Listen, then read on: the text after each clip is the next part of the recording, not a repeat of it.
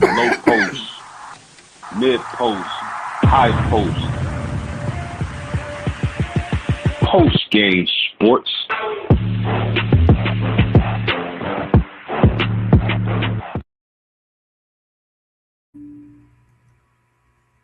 What's up, sports worlds? The WTP Sports Dudes back with another banger. Live on this Sunday morning. I got Rob up in the building, the main man. What's up with you, Rob? How you doing today? I'm good, man. I got a lot of work ahead of me this morning after we get off the live stream. But hey, it is what it is. I got to get it done. But I'm feeling great this morning. Good to Likewise. be here with you. Likewise. I'm happy you was able to join this morning. Man, let's go ahead and jump right into the NBA Finals action. We got game 3 tomorrow. The poll is out too. If you tuned in, hit the poll. Tell us who you picking. We got the Knicks and the Spurs in Madison Square Garden tomorrow. Who you got in the game 3? Can the Spurs get back on track?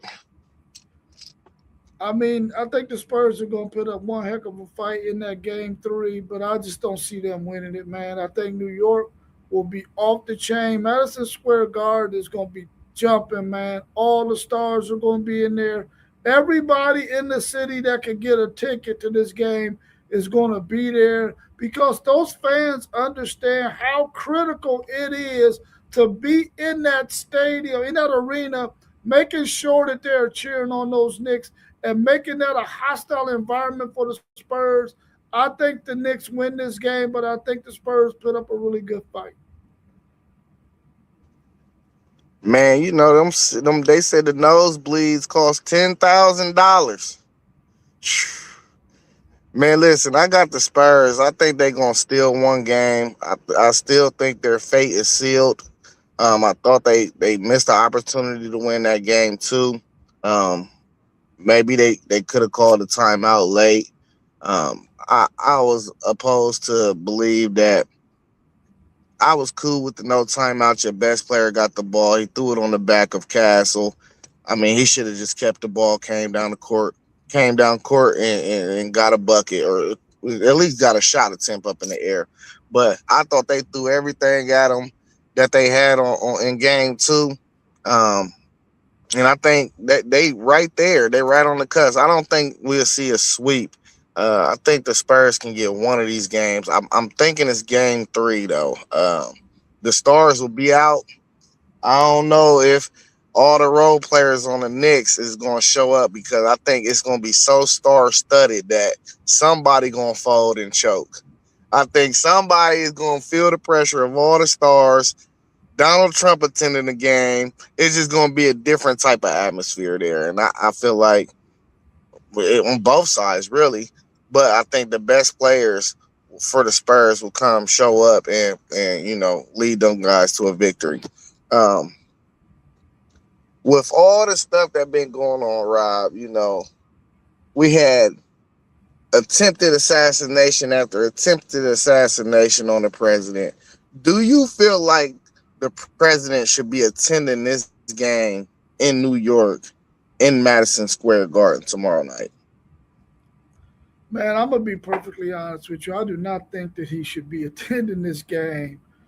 And not even for some of the reasons that you just mentioned, even though those are really valid reasons. But man, listen, we all know the kind of congestion that is already gonna be trying to get into this game. Then you put the president on top of that, and you already know the congestion that it makes when the president is in town. So I just think it's a really bad idea, man. I mean, it could be one thing if he could come in on a helicopter on the roof and get into the stadium, but I don't think that's even an option, man. It's just going to be way too congested. I think the president being there is going to make it even more complicated, especially for those who are trying to come and enjoy the game and get in and out in a timely fashion, which we know is already going to be difficult anyway. I think it just get compounded with the president being there. You know, just go get you a nice suite somewhere in the country and just sit and watch the game on a big screen TV, President Trump. Yeah, I don't think he should be attending either, man. I just think, especially with the points you made, I didn't even think of it from that angle. It's going to be a lot of escorts. They're going to have to up security in the place. It's going to be a whole bunch of added things, and not to mention the civilians. We already know how New Yorkers are, bruh. There is Yeah. going to them streets are going to be jam packed. Like they're going to be, it's going to be ridiculous. If New York win this game too, I would expect it to be a whole lot of shenanigans going on with dumpster fires, all types of things. Just New Yorkers are New Yorkers, man. And if you ain't never been to New York, if you know, you know. You know how they say, if you know, you know. You just know, man. It's about to be crazy down there. And that's just an added element to make it even more hectic and crazy. Yeah. Hey, what's up, Anthony? We got Anthony in the chat. Anthony, hit the poll, man. Tell us who you got between the Spurs and the Knicks in game 3. Hey, Rob, what would you do as a GM if you was the GM for the Spurs this off season to bolster this team and kind of keep your place or stay on the up and up?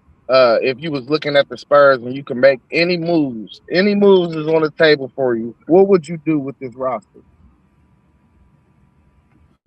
Uh, I'm definitely shopping DeAndre Fox. I think that's his name.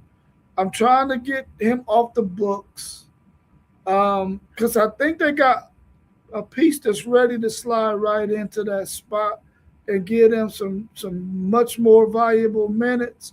So I'm trying to off that thing there, but I'm also shopping for me a big man who can also do some of that dirty, grimy work down there in the post, who can take on some of those bigger centers that give Wembley trouble. Um, I got to get a guy that can take on that task. But outside of that, I think they're going to do really good with the draft picks that they have. But I would definitely be looking for a veteran, big guy, and also I would shop Fox off to get him out the books and go ahead and see what I can get for him in terms of another role player or something of that nature. But the Spurs have a really good, solid team already. Yeah, I'm right with you, man. I'm shopping De'Aaron Fox and seeing if I can get 2 or 3 um, more key role players. Uh, I wouldn't even be opposed to calling LA. I think we got some pieces that fit perfect over there with Rui and ultimately Austin Reeves, and even maybe even a Marcus Smart type of player. Um, it's multiple things though. That's a max contract that I just don't think that you looking at now. You probably maybe regretting it. I understood the move originally. You got that point guard that was a proven commodity in the NBA. You didn't know how these young bulls was going to turn out with Dylan Harper and Castle. So you kind of use that as a, um, security blanket. So I think they got what they really was looking for. But as far as playoff performances, De'Aaron Fox was a bit unproven in the playoffs because he played for the Kings. It wasn't really no data to back up whether or not how he was going to perform, whether or not he was going to perform well or not. So I think he served his purpose. I think now you gotta put some assets together and get a high caliber role player or maybe even another star. Um, and you can't. Me typically, you can't really stay pat in a league like this. You have to always try to get better. And I think another star added next to Wimby to take some pressure off of him or alongside of having some of them young talented guards that they got. I think the future is bright. I think they need to really seriously look at a veteran though, a veteran star. It's a lot of names out there. We ain't gonna go through all the names, but it's some guys that you can go get for sure. Yeah. Anthony said because they don't exactly like each other.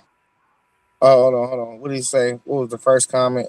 He said, I'm not saying Pop is good, do something, but I don't think it's a good idea. I have him and the president in the same building when there's possibly be a massive confrontation between man, if the president and Pop get into it at a nationally televised event, which is the final event, all eyes, 90% viewership is up. That will be really bad look for the league. I don't think Popovich is I don't think he lacks that type of professionalism. Pop is he is a cold, stone blooded dude, but I don't see them even running into each other for real. Pop probably would be in the bleachers somewhere with Tim Duncan while the president is in a box or something watching the game. Yeah. If you are New York and they ultimately win the championship, will you do you think they should run it back or do you think they should hit the market for one of these big names? Man, that's a really good question right there.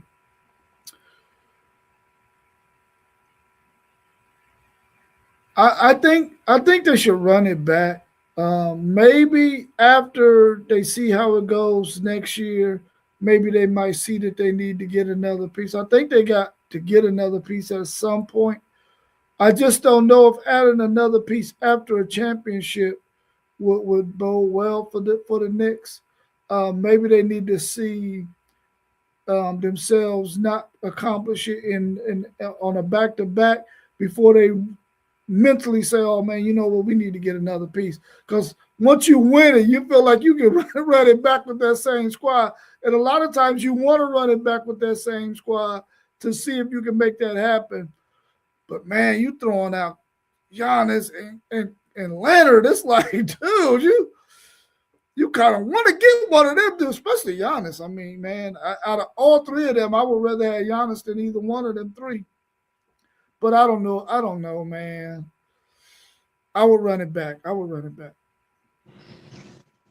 Yeah, see, I wouldn't run it back because I think you would have to get better. I think the opportunity for New York to win it all this year, I think all the cards pretty much got dealt into their favor. You had Boston with Jason Tatum fresh off of Achilles injury, first just coming back off of Achilles injury. I think they were the power of the East. I think they still truly are the power of the East as long as they got Tatum and Brown on that roster. Um, I think you gonna have to get better. I think they match up really well with San Antonio. I think this series would be a whole totally different ball game if it was OKC because I don't think that's a good matchup for them.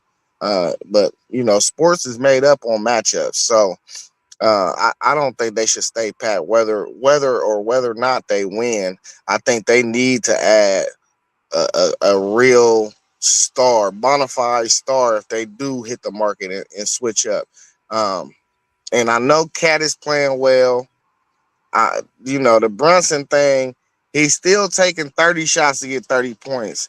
If you run into somebody in the future who's a bit more efficient than what we're seeing from the Spurs, that's not going to cut it. So I would definitely want to see them hit the market. And out of those three guys, you would take Giannis. I would probably take Kawhi. Kawhi, when he on the court, I know he don't. I know he low manages a lot, but when he's on the court, man, he's still, in my opinion, a top 6, 7 player, man, in this league. Like, dude had a stretch this year where he was just on an absolute heater. Um, let's tap into Anthony's comment real quick. He said, where are we at? He said he has a question. Would it make sense for them? I think when he says them, I think he's referring to San Antonio to trade for Tyler Hero if the trade between Miami and Milwaukee falls through with Giannis. Are you referring to San Antonio, Anthony? Yeah, you Yeah. talking about San Antonio. Yeah, Oh, I don't really like that because Hero, he not a defender. And all them dudes over there play defense. I don't think you want to add a player like that. What you think, Rob? I agree with you. I wouldn't go after Tyler Hero. I mean, of course he's a good shooter and all of that, but I think he, like you said before, he doesn't play defense, and that team plays defense. They're a team that can keep teams from getting into the 110s and 120s. They can hold a team in the 90s and win games because they play really solid defense throughout the entire game. And I think Tyler Hero will probably mess that up for them because he's a defensive liability. I like the thought though, but I don't think that would be a good move for them. Yeah. Hey, anything else you want to talk about before we move on over to the NFL, as pertaining to the NBA? No, no. Anthony said that this is where I kind of disagree. Tyler insulated in San Antonio where he doesn't have to play defense because every other player in San Antonio plays it. He can focus on scoring. Yeah, but this the thing too. When you got a team that's you have no liabilities on defense and you insert a liability on defense, now opposing teams have a person that they can specifically attack. Put him in pick and roll and get him switched onto your best player every time, and now you could just attack him now. That's the only thing I'm thinking of. I don't see no liabilities on San Antonio. Everybody got good size. Everybody are capable defenders. I just don't. I don't know. I like two ways. They like two ways over there, and I like two ways that they got surrounded on that team. Everybody's two ways or 3-and-D guys. Yeah, I mean, I think they could do that during the regular season. They can probably, hide him in some games. But when it comes playoff time, bro, you already know they smell blood in the water in the playoffs, bro. They gonna make sure. Oh yeah, this is the weak link on there. We going after him, and they gonna Yeah, put him in all barbecue. kinds of situations and force him to have to play D against somebody who he can't guard. So I think it's a good thought. And I hear what you're saying, but I think once it gets to the playoffs, though, they're gonna come after him. Barbecue chicken, man. They gonna do the same Barbecue. thing they do to Austin Reeves. All right, let's Yeah. switch over to some NFL talks, man. Coming into training camp, who do you look at and you say they might be a tad bit overrated? Man, that's a really good question, man, because I don't all of the teams that made the playoffs last year, I think they have a chance to make the playoffs again. Tad bit overrated. Man,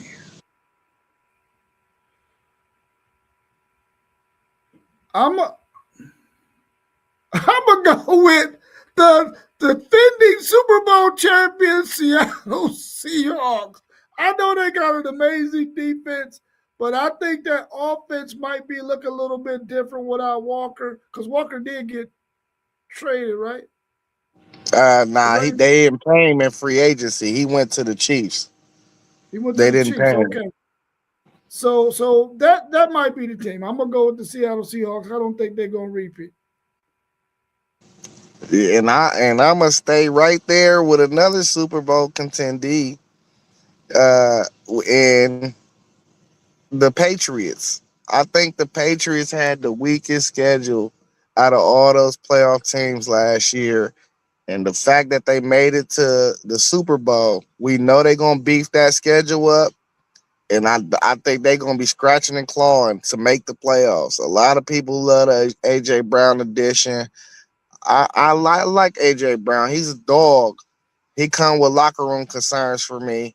Hopefully, and then they got a lot of things surrounding Vrabel right now with the scandal, the cheating scandal, and all that. I think they take a huge step back this year.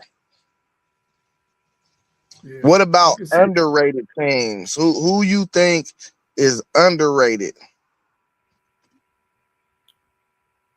I'm going to go with a team that I think is in that division with Atlanta, Tampa Bay, Carolina, and they got somebody else. Is Arizona in that division with them? That's Atlanta, Carolina, and the Saints. The Saints. I'm gonna go with a team out of that division. I think that the Tampa Bay Buccaneers, man, they really are the best team in that division. They just suffered a lot of injuries, and I think if they go healthy, they're going to be the team. I think they're probably the most underrated team in the NFL right now. I mean, you got a lot of teams that weren't very good last year, and they're probably not going to be very good again this year. But I think a team that should have been in the playoffs last year, but injuries kept them out, was the Tampa Bay Buccaneers. So I'm going with Tampa Bay as the most underrated team. You took the words right out my mouth, dog. You know my Buccaneers. I think a lot of people sleeping on us right now because the loss of Mike Evans. A lot of injuries, as you said. Um, we was banged up on both sides of the ball for a lot of the year. We'll see what they do with Baker. They in contract talks. We'll see. Usually, typically, that stuff can kind of affect what's going on, but hopefully they get something done before training camp opens.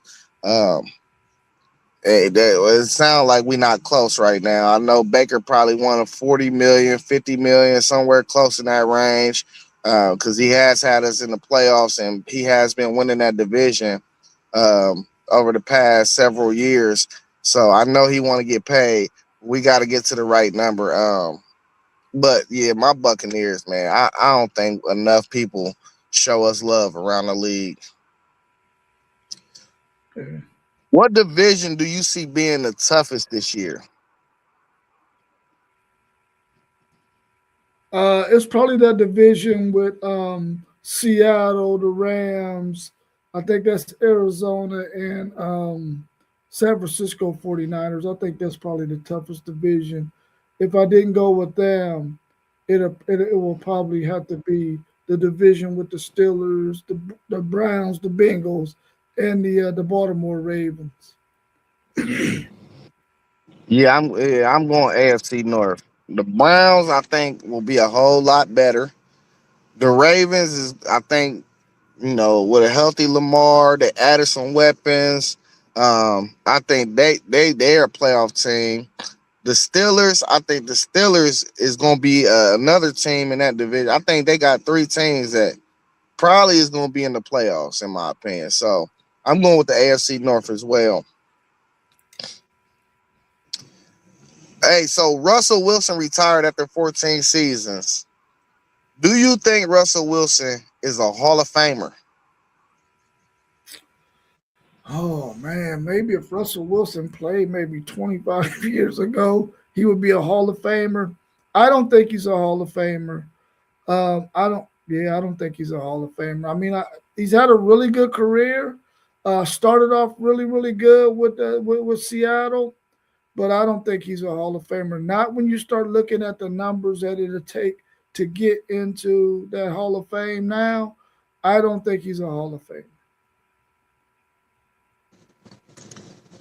Yeah, I think he like on the cusp of it. Yeah. I don't know though. I think he just missing. It's so many dudes that like we feel like should be Hall of Famers that's not Hall of Famers and his resume just don't stack. So I don't know. I feel like it's always too like when do you become eligible and who you going up against to whether or Mhm. not you making the Hall of Fame a lot of the times. Um, so we'll see what his class of guys look like. But nah, I can't quite put him in there, man. Even though he had some great years over there in Seattle. Let's stay in the NFL. I came across this, man. The NFL, they doing a lot of new things of playing football games on different days of the week. We got Wednesday games, we got Friday games, we got Saturday games now in the NFL. Do you like NFL doing Wednesday games? And do you think they're being greedy? I mean, they definitely being greedy. That's for sure. they're definitely being greedy, man. I do not like the idea of having Wednesday games. I really feel like when they started doing games on Thursday, I thought it was a good idea, but I would even like to see them get away from that too.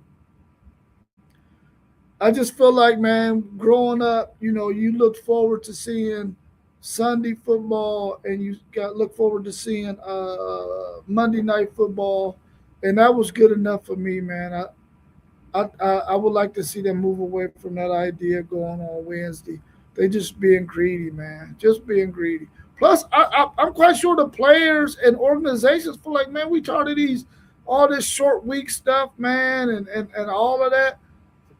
You got us at 17 games. I think it's a bad move. But the NFL is the hottest sports thing in America, so they're gonna do what they want to do because people gonna want to watch it, and they're gonna watch it. I don't think the numbers are gonna be that great, but people are gonna watch. Hey, I'm really not opposed to it because I don't like that they still in Saturdays a little bit. I don't like the Saturday game because I feel that's college football day. Sunday, we know it was religion. They say football. Football is that's the NFL day, really. That's football over church is what a lot of people say. Um, but I do like it for Thanksgiving week because you telling me we get all this good food and we can watch football Wednesday, Thursday, Friday, and Saturday and Sunday. We got 5 days of wellness week in football. I love that. I love that whole idea. I love the whole thought behind it. And where it seems kind of bleak of things to be watching, we got football. So I love it for that week and that week alone. Um, I don't think I like Saturday though, because I'm college football, bro. I just love college football. So, but that week is gonna be monster now. Now I gotta eat every day. I usually save my stomach for Thursday and not eat nothing on Wednesday. I gotta eat every day now.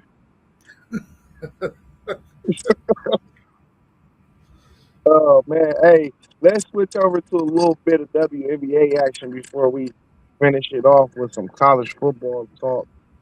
Man, I don't know if you seen the Aces last night. Asia Wilson and Jackie Young, they went off, combined 55 points. Asia Wilson had 28 points and 14 rebounds, 20 points at the half. Jackie Young finished with 27 points, and she was on a heater in that second half. And that was a Commissioner Cup game. They do the Commissioner Cup in the WNBA. It's pretty much scheduled games that goes to the standings of the Commissioner Cup. I think whoever wins, each player receives like 500K or something like that. So it was a Commissioner Cup game. So it was a lot at stake in this game. Do you think the Aces have a good chance of a repeat, and what percentage would you give it? I mean, I think they have a good chance of repeating. I think they're gonna probably definitely be there. Um, I'll give them about a 65% chance of winning it, but they won it the last two times, I think it is. So it's time for somebody to dethrone them. So I think they're gonna be there, but I don't think they're gonna win it. Even though I'm giving them a 65% chance because they got Asia Wilson. So when you got Asia Wilson, man, listen, she can't be guarded, bro. So I'm going to give them a 65% chance. I think they're going to be there, but I think somebody's going to pop them this year. Yeah, hey, yeah. Let me ask you this: while you saying they got Asia Wilson, is she the GOAT? Is she the greatest woman of all time when we talk about WNBA? Oh, when you talking about WNBA, I mean, do you is Cheryl Swoops and Cooper, are they considered WNBA or no? I mean, sure, that was right before, but she's a basketball player. You know, I mean, my greatest women's basketball player of all time is Cheryl Miller. But if you just want to stick to this WNBA thing, I will give it to Asia Wilson. Man, nah, we going. Hey, I done heard the legendary stories about Cheryl. You know, I done heard it. I didn't get to witness that with my eyes because I'm the baby of the crew. But if that's your quote, say that's your quote. You know what I mean? Oh, it's Cheryl Miller all day, man. I don't think nobody else can hold a candlestick to her, bro. In my opinion. And there's been some fantastic women basketball players. But Cheryl Miller, man, that's something different, bro. That's something different. Yeah. Hey, so I'm taking the Aces over the field, man. I give them more than a 50% chance. So I got to take the Aces over the field. We know I'm a gambling man. Um, I will put my money on them over the field. I think her and Jackie Young is the best 1-2 duo in the league. It's like Kobe and Shaq. And I mean, it's explosive. It's different too, man. But it's so many skilled team players in the W. You know, really, it got to be the way you got to get them. It just got to be your day. You know, if it's your day, you can get them. Yeah. Let's Yeah. jump over to some college football. Let me. So I seen this. Virginia Tech, man, they had an anonymous donor donate 75 million to athletics, mainly I think football for real, but they donated. It's a Virginia Tech family. Like I said, it's anonymous. Um, they didn't tell us who the family was, but they also getting 229 million from the university. And strictly just thinking about football, will we see with this influx of cash? Will we see some of the old Virginia Tech teams? And if you think we will, how soon do you see Virginia Tech really been a national title contender? Because that's a lot of money, man. And you know that's the name of the game right now. You need a couple dollars to play with to really actually compete on a national title level. Well, I'll tell you this one take. They're in a perfect situation to really become really, really, really good because they're in a conference that I think that they could be at the top of with this kind of money. And they're also in an area where they have a lot of really good football players on that part of the East Coast when you start dealing with Maryland, D.C., Virginia, uh, parts of the Carolinas. They can really get some really, really talented football players there. And I think James Franklin is the type of coach that now he starts to see that, listen, I was at Penn State and there were some things I wasn't able to overcome at Penn State that I can't allow to be a barrier for me here at Virginia Tech. And I think he'll be a better coach because of it. And I think this Virginia Tech team could be like the Virginia Tech teams of old, play really good defense, have a really good solid offense with some really talented players, and be in the thick of things in the ACC every year with the likes of Miami. I don't know what Clemson is going to look like in the future. I don't know what Florida State is going to look like in the future, but I think Virginia Tech has an opportunity to look good like we see this Miami team looking right now. Man, I remember in the early 2000s, man, this Virginia Tech program, you know, that wasn't a game that you wanted to see on the schedule, especially if you had to travel to that fan base and to that stadium to play them. I think the fan base is intact still. I think they got the excitement that they need. I think James Franklin is bringing a new energy to them, and I think the last part of the puzzle was a little influx in money, so he can get some of these talented players in that DMV area. Um, Man, I think this year I'm on record saying I think Franklin is going to win 9 games at minimum. I think that the schedule is built for it. Um, I think him bringing over some of his guys from Penn State, and keeping a lot of the players that was already on that roster, a lot of the key guys, that they have a good shot of being very competitive in that league. I think we all think that Miami is probably head and shoulders above everybody, but I think that number two spot is wide open for the taking, and I think Virginia Tech needs to have a close eye on them, especially with this money. After this year, I feel like they should be well in the realm of competing with Miami. Well in the realm. You can go out and spend 25, 30 million on your roster, and have enough talent in that ACC, who we all kind of believe is bit bit underneath some of the key the other major Power Four conferences. Um, but yeah, man, I think that influx of cash is a game changer. Yeah, Yeah. they definitely got players in that area, man. You just gotta, you know what I mean, you gotta put some tape up and keep them home. So recruiting news. This is the busiest month of college football recruiting, Rob. Let me hear some news, man. What Texas got going on over there? Any updates on recruiting? Who's y'all's key targets? All of it. I know you got all the information for me. I want to know. Well, I'm gonna be honest with you, man. I've gotten to the point now in this year to where I don't follow the recruiting as much because I've seen Steve Sarkisian and that staff sort of have a way of doing things, and even when it looks bleak in June, it starts to look better in July, and then it really looks really good in December. But I'm gonna tell you this right now. I hope that we get that tight end that you mentioned in the chat. I know that there's a lot of teams that are going after him. I really do feel like he's probably going to stay in the Midwest, man. Even though I said in the chat, I don't think he'll go to Ohio State. I think he's going to probably stay in the Midwest, though. But Eastern Royal, man, a lot of he's from Louisiana. They're making a pitch for him. He's committed to Texas right now, but Texas really needs to hold on to Eastern Royal, who was one of the top wide receivers in this year's recruiting class.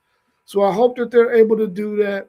And then they got a couple of linemen that they're going after as well. The thing I love about Texas, though, and the way they recruit is although we don't always lock down all of those guys that are in Texas, they're able to cast a wide net and go all over the country and get guys like you've seen them be able to do with running backs in Florida and in Arizona. I think they got their eye on a running back in Arizona right now, and they're able to get players from all over the country that really fit their mold. And they've been doing some really good evaluations on some players who are not not 5 stars or 4 stars, but a lot of 3-star guys who can fill that 105-man roster so that they can have some developmental guys because they know they're going to lose guys in the portal that are going to want playing time, like a Nick Brooks who decided to part ways after 1 year and got some playing time. I thought for sure Nick Brooks would stay and fight for one of those positions on the offensive line this year, but he decided to part ways. And I feel like Texas understands that, along with a lot of the other major universities, that you got to go ahead and get some developmental guys just in case a guy that you project to start that next coming year gets an offer from somebody else and he decides to go for whatever reason. But I think Texas is in a good position.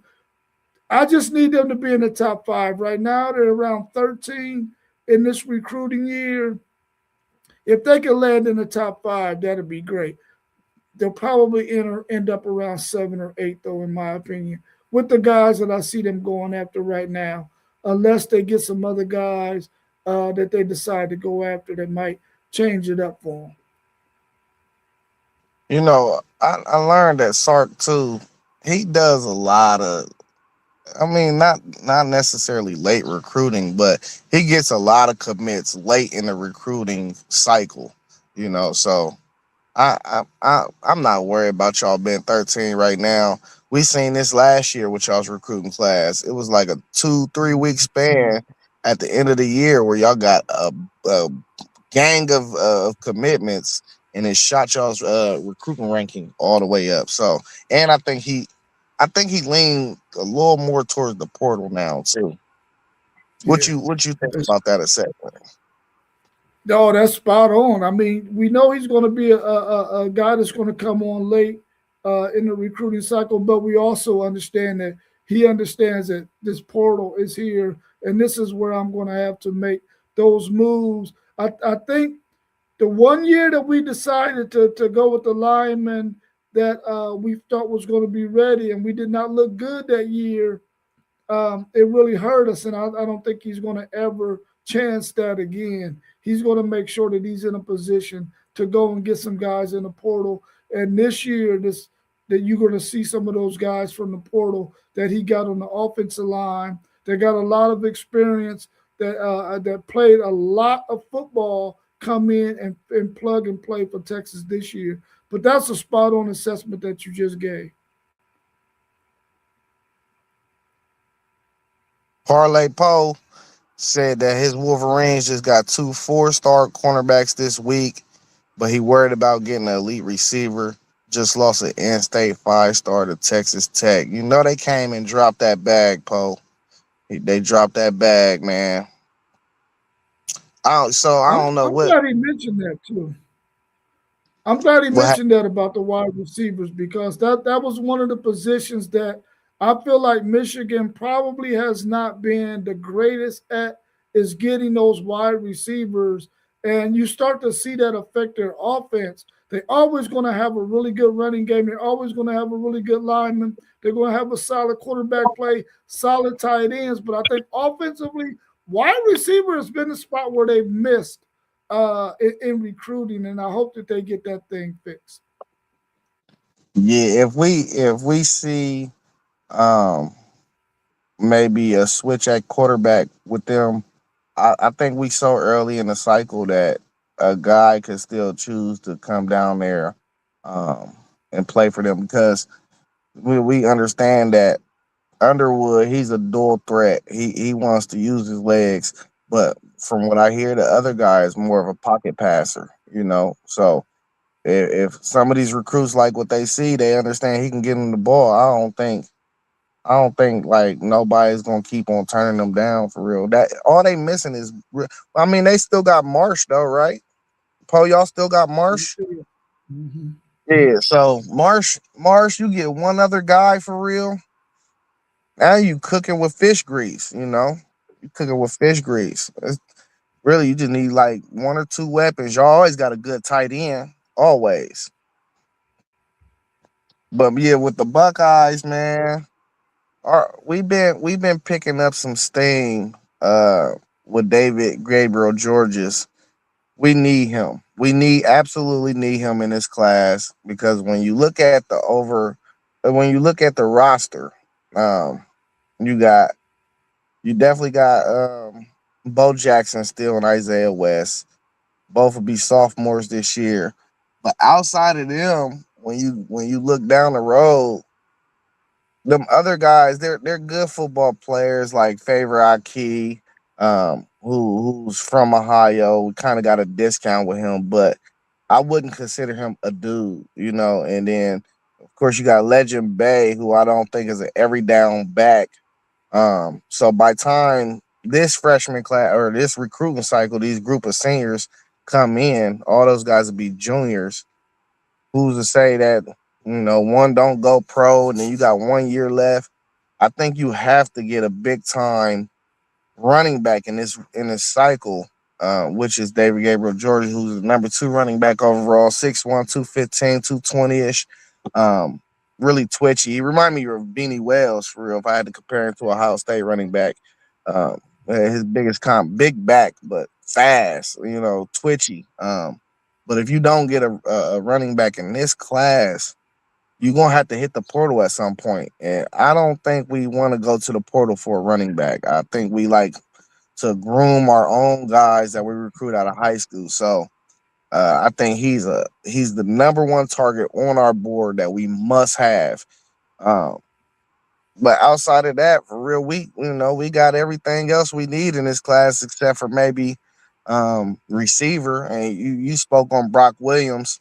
I hope we can pull Brock Williams. We're going to a whole bunch of three tight end sets, especially with the Arthur Smith hire. We'll see. We never can keep our coordinators because we're good every year. So people just come to our team and pick out whatever staff members they want. You know, we lose staff, OC, DC, position group coaches every year. Somebody come offer them money. We just lost our offensive line coach the year before last to the Dolphins, I think, with Justin Fry. I think he had the Dolphins. But uh, Cortez Hankton, man, I'm not liking what I'm seeing from him so far. We missed out on about 4 targets that we were after in that receiving group. And now like the options is kind of bleak, you know. The options to get a couple guys in this class is kind of bleak. We got Jameer Brown still, but that's a that's a that's a Brian Hartline. That's a Brian Hartline recruit, you know. So Cortez Hankton, we gotta continue to be wide receiver you. We gotta pick it up on the recruiting side for him. But everything else, oh, our quarterback is about to flip. Our quarterback that's in our class, he is about to flip. I don't think we want him anymore. I think we've been trying to add another quarterback to this cycle, so that's telling me that we losing faith in Brady Edmonds, kid out of Cali, 4-star recruit. I think what's turning them off about him is he just not an athlete. He's not. He got a rocket of an arm. He got good mechanics. He remind you of Kyle McCord, man. He just can't move in that pocket, and I think they don't want to go back to that, especially after having a Julian Saying and Taylor St. Clair. Julian Saying, you can say what you want about him. He don't run, but he's not a terrible athlete. You know, this is a kid that surfs in his off time. Like he's not a bad athlete. He can move around a little bit, but I don't think they want to go to that unmobile quarterback. So you know, we offered the kid that's committed to Nebraska, but that don't look like we're going to be able to pull him away from there. Uh, I don't know. We might skip this recruiting class without a quarterback. Honestly, dude got an official visit to UCLA out of all schools. You got an official to UCLA. You gonna go from Ohio State commit to UCLA? That's kind of crazy. I think his next best offer is Northwestern or something though. So, um, but outside of that, man, we doing what we usually do. We got recruits and guys everywhere. We got a couple project guys and all that. So I like this class and how it's shaping up.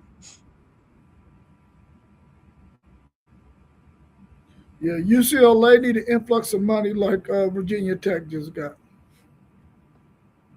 I'm surprised it ain't out there. You know, ain't that in where is UCLA at in LA?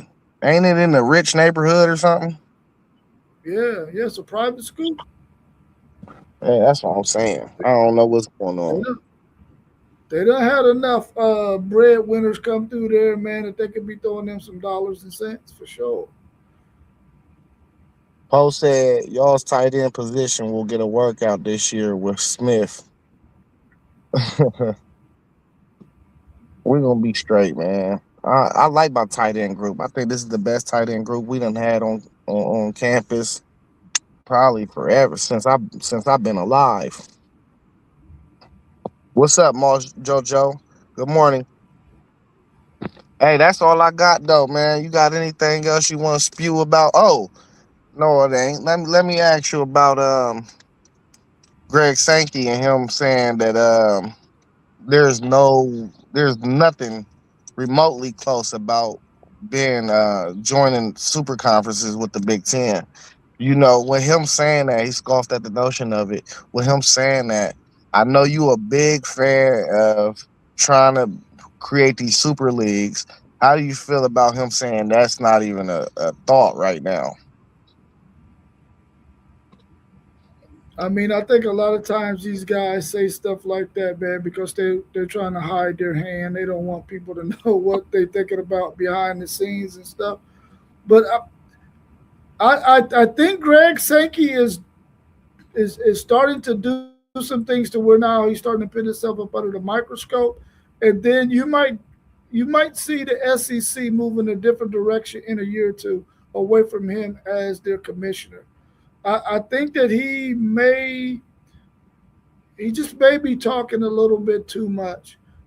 He should just be focusing more on what he can do to better serve the SEC conference and maybe not get into all this other stuff.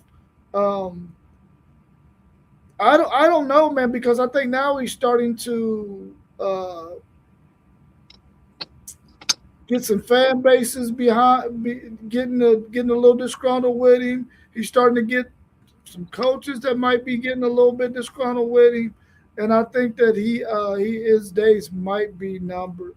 I could be totally wrong, but from the feeling I'm getting right now, I just think he's talking a little bit too much. He probably need to just focus on some behind the scene things and not talk so much. You tired of Sankey? Hey man, listen, I'm getting a little bit tired of Sankey. Hey, But at one point, I was loving the guy, man. But now I'm like, dude, come on, man. yeah, man. I don't think he got a firm plan either, man. Because he talking about they still are really like on the 16-team playoff, but he gonna revisit it about the 24 later on in the year. So he says it's gonna be a decision made on it later on.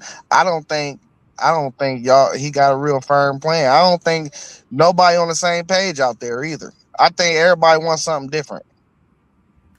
Yeah, that's a fact. I mean, when you got three other conferences that's already leading towards 24, I mean, and you the sole holdout. Come on, man. What's wrong with you? You know what I'm saying? What are you really holding out for, especially if you don't have no plan? So it just don't make no sense, man. This don't make no sense. You know, I feel like the 2014 playoff will benefit the SEC the most. Because how many teams y'all be having ranked? You know they said y'all already getting $5 million with the extra added game in conference. So let's think about all the money it will be added with if y'all got 7, 8 teams in the top 25. You know what I mean? 8 teams, that's gonna bring so much millions of dollars into that conference. Yeah. But yeah, that's all I got. Yeah, Don't go ahead. Just talking a little bit too much. I just think you're talking too much, man. You know, we'll see how it goes, though. Yeah, that's all I got, though, man. Hey, we thank everybody. Yeah, ain't nobody hit the poll. Did anybody hit the poll? No, nobody hit the poll. I didn't see the poll. Look, I ain't have it on the screen. Nobody hit the poll, but yeah, hey, thanks for everybody tuning in, man. Like, comment, subscribe. All the channels are down at the bottom. You got Rob with WTP for Life. You got me, the One Take Zaya podcast. You got SEC Sean. You got Level Up Sports 10 with JoJo Mossbergs. Tap into him with him if you want to join the podcast and talk about anything. His email is down there for conversations with Mossberg. You got Parlay Poe, the Blitzberg podcast. And don't forget about City League TV with T1, man. Go tap into his Facebook. He bring you a lot of local high school sports action, a lot of local drama, theater, and conversations with a lot of prominent people that does well for the community. Thank y'all for joining this Sunday. Oh, don't forget to tap into the WTP Sports Dudes website. Also, we got the Patreon. You can find us at WTP Sports Dudes 2026 on Patreon.